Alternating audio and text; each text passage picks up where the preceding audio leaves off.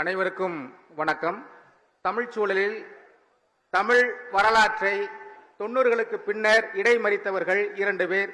ஒருவர் விடுதலை சிறுத்தைகளுடைய பொதுச் செயலாளர் ரவிக்குமார் அவர்கள், இன்னொருவர் ராஜ்கௌதமன் அவர்கள்.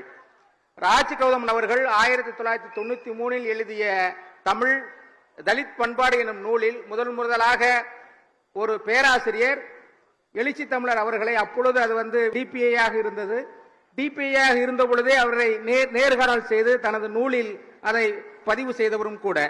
தொடர்ச்சியாக ஒரு 30 ஆண்டு காலம் தலைவரோடு அவருக்கான ஒரு உறவு என்பது இருந்து கொண்டிருக்கிறது.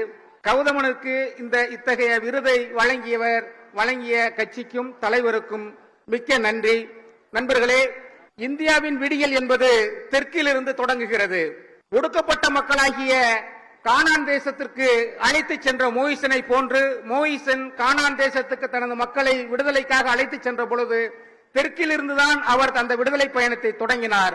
அதை போன்று மத்திய காவி பாசிசத்தை கிழிக்கக்கூடிய சூரியனாக தெற்கிலிருந்து உதித்திருக்கும் எழுச்சி தமிழர் அவர்கள் ஜூன் 4 அன்று ஒரு மிக பெரும் அரசியல் மாற்றத்திற்கு வித்திடக்கூடிய ஒரு சக்தி தெற்கின் சூரியன் நமது எழுச்சி தமிழர் அவர்களையே சாரும். அவர்களுக்கு நன்றி கூறி விடைபெறுகிறேன். நன்றி, வணக்கம்.